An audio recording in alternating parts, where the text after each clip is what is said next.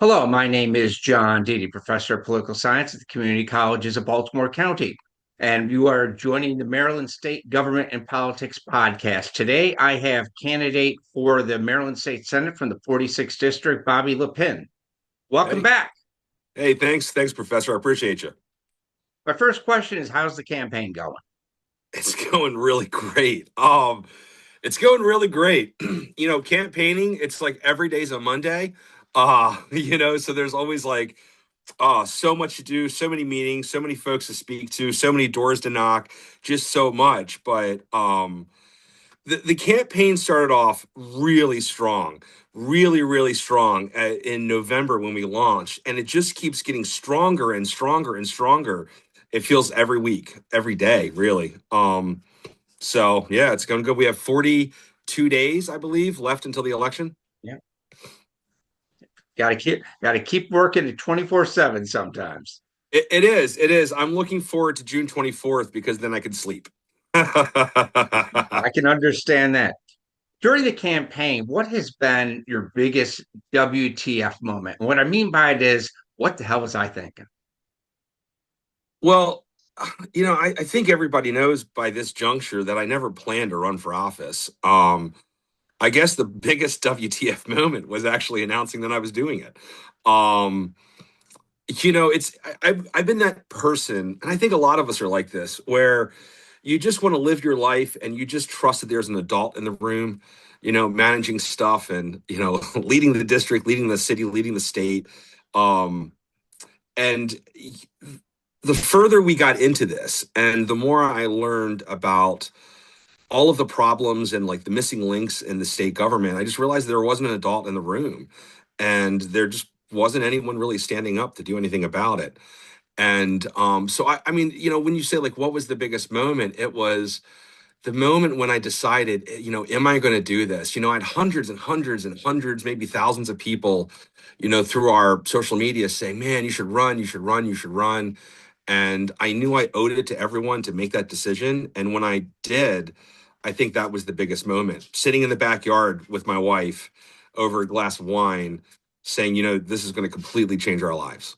And it has. And it has for the better. Because I mean, just look at this, just look at what we've done together in just running for office.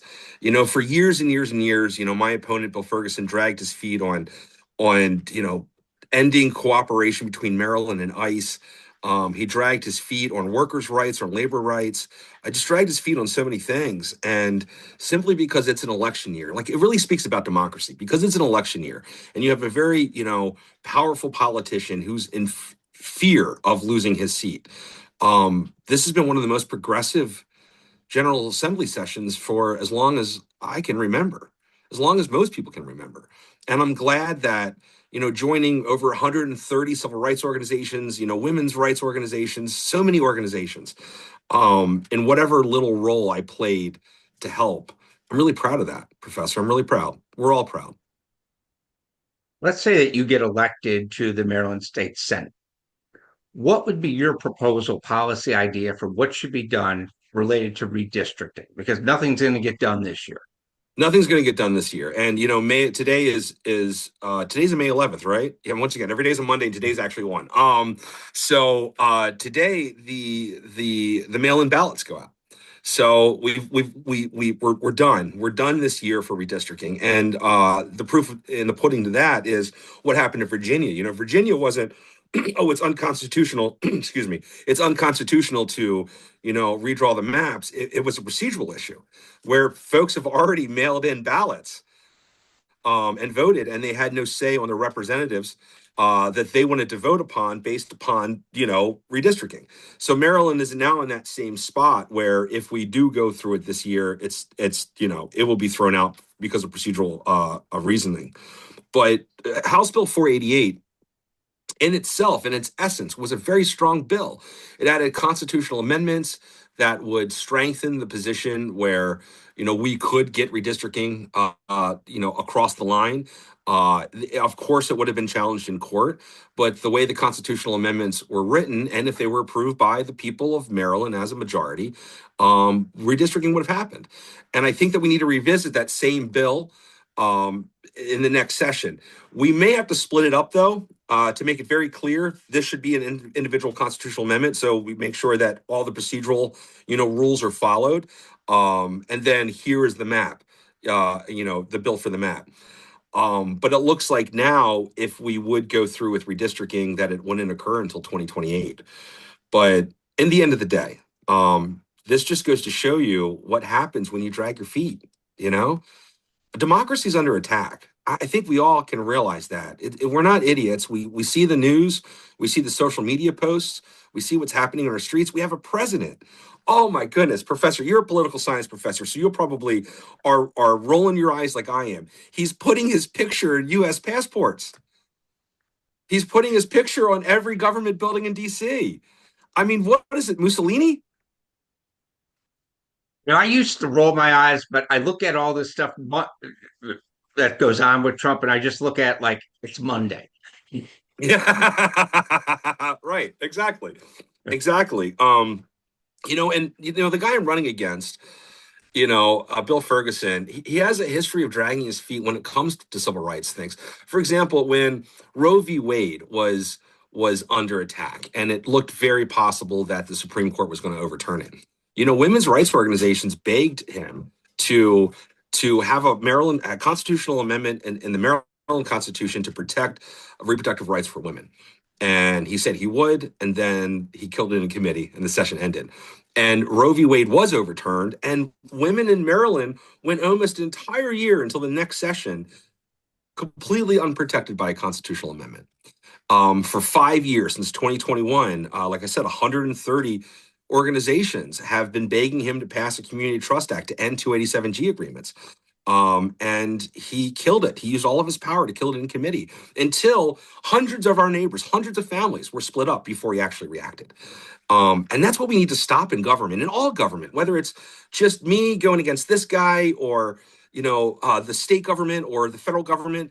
We need politicians to stop reacting and start being proactive, to see the forest through the trees and think about what help people need before people actually need the help.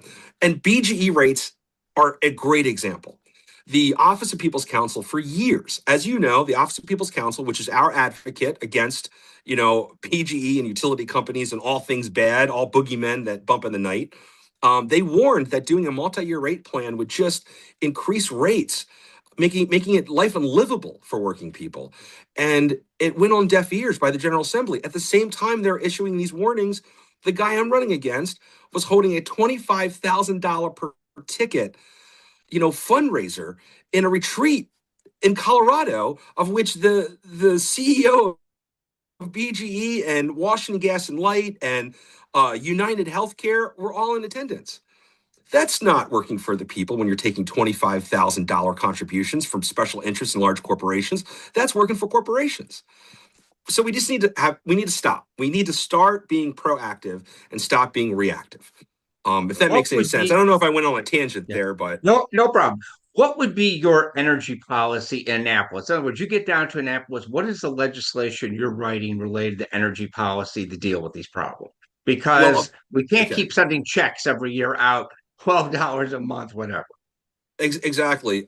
So there's and energy isn't complicated, to be honest with you. People think it is. It's just there's a lot of different background to understand to know how to fix it. I don't think it's any secret that I am pro public power. 55 million Americans in this country own their own power system. I mean, energy is a human right. If you can't afford to turn the lights on, or if you can't afford to turn the heat on during the winter, I mean, people can die, and they die every single year in this country because of that. And a corporation shouldn't be in charge of deciding whether someone gets power or not. That should be like I said, a human right, and it should be regulated by the government with our tax dollar monies directly as a public service. But that's going to take years. It's going to take years to get public power across the line. But I'm going to be fighting for it since day one. I've been fighting for public power since 2014 when I first ran for office.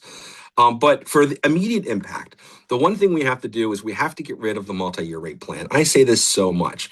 Before the multi-year rate plan was implemented, the way BGE would work is they would go to the PSC and say, hey, look, we have this project we want to do. And the PSC would look at the project and decide whether it was really needed or not. BGE would pitch how much the project was going to cost, and the PSC would say, okay, go ahead and do it. But when you're done, make sure you show the receipts. When we hire a plumber, if we have a leaky faucet in the house, we don't let the plumber just come into the door, fix whatever the plumber wants, and then charge us after the fact. We get an estimate. And multi-year rate plans have taken that estimate away from the taxpayers of Maryland, where now BGE can go ahead and charge us for projects they project they may need, but projects that may never, ever, ever happen. And I want to give a real world example about a power project that was proposed in South Baltimore, in Baltimore Peninsula. So in 2016, this is a really good example.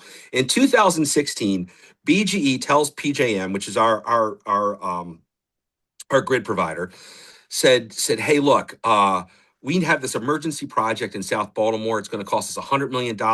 We have to go ahead and fortify the infrastructure. We have to fortify the grid. And PJM was like, okay, gotcha. Sounds like it's an important thing. Urgent, they said. But 10 years later, they still hadn't started the project.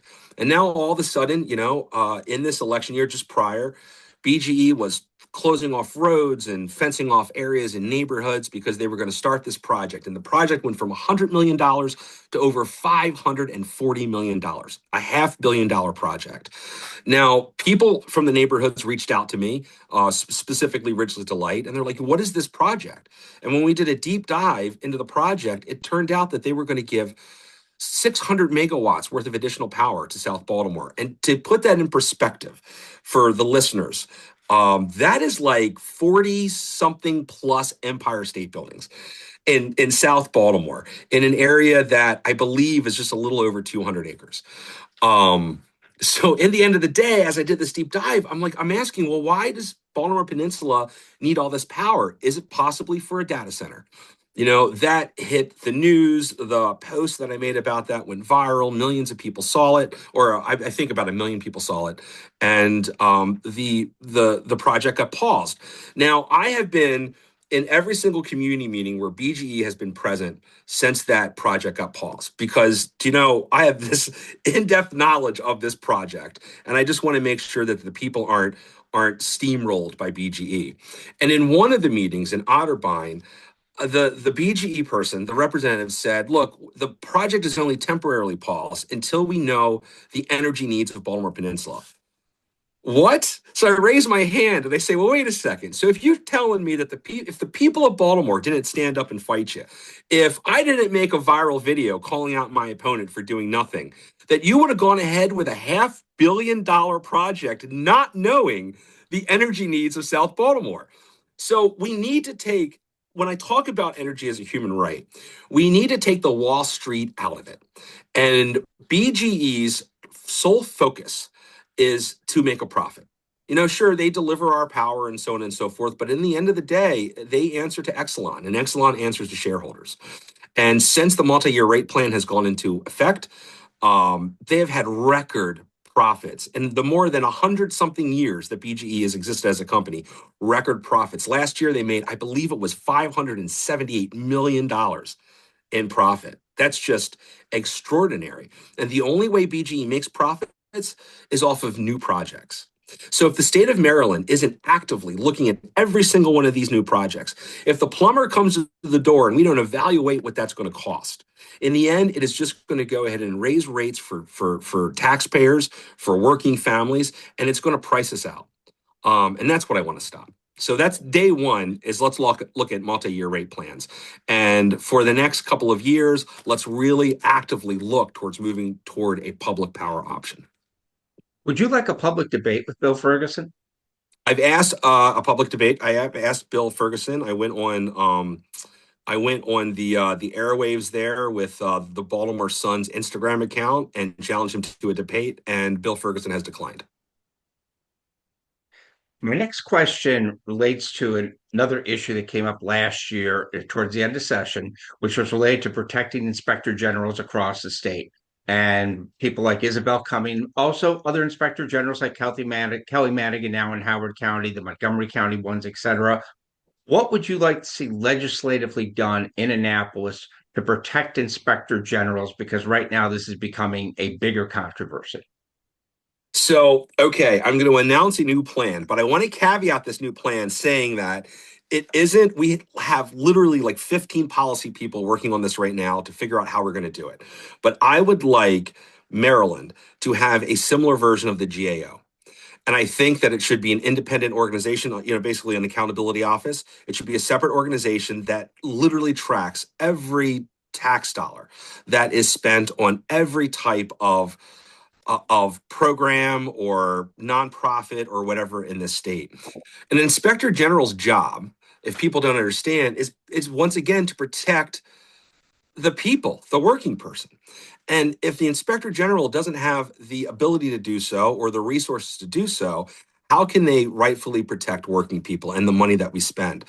People, when we hear the state is spending this much money on this, the city's spending this much money on this, look, governments aren't revenue generating entities. The money they're spending is money from the people, from working people, people who right now find it so hard to even survive because everything is so expensive. So when a government says, oh, I'm not going to let the IG do their job, you've got to question, well, what's the government doing with my money? What are they trying to hide? So from a point of view of a state legislator, I would like to see an independent government accountability office established in Maryland, which a lot of different branches would go under, a lot of existing offices would go under, that acts independently from any politician, that literally tracks fraud, waste, and abuse in this state in every jurisdiction in Maryland. Once again, it's a brand new plan. We workshopped it together, and we're like, yeah, this is a possibility. It could happen. It could save, tens of millions up to hundreds of millions of dollars each year in fraud, waste, and abuse. But our policy people are now working on how to actually put it together. So that's an announcement. I don't even have that on my platform yet. So you're the first to hear that. What do you think of that? Thank you. I've been in favor of some sort of Office of Inspector General statewide, or someone basically look at minding the store because of a variety of factors that come into play. And I think that to me, this makes a lot of sense. It's good government, I believe. It's good government. And right now, another example in Baltimore City, there's the Waxter Center. There's a senior rec center, a senior center that is being closed because it needs renovations. For years and years and years, they've been giving money to the senior center for renovations, but the folks that are there, the seniors that attend that center, they're like, well, where has the money been spent? All of this money has been allocated to this project, but where has it gone? And now they're at the point where, oh, we have to close the center and send all of you seniors someplace else while we basically rebuild the senior center. And what's sad is when people are in their golden years, right? We offer folks a promise. Look, you work hard, you play by the rules, you follow the law, and we'll get you in the end, whether it's with Medicare or Social Security or a simple senior center where people can come together and socialize. And now these people are being pushed all over the city. Their friend groups are being split up. And, folks who have worked their whole life shouldn't be put in a position where they're kind of forced out from their friend groups and from their senior centers. I mean, that's what the question that always comes up is these folks, when I attend their meetings, they're like, well, where did the money go? Because we didn't see it being spent in the senior center. I asked that question as well. Also, when the city approached these seniors, they were really they were kind of like cloak and dagger with the reasons of what needed to be done, of where they would go, of how they would go about doing the renovations. In the end of the day, good government, to trust a government, the government needs to have full transparency and be fully accountable to the people. Once you do that, the people will trust the government. And I believe that the government would work better and more efficiently as well.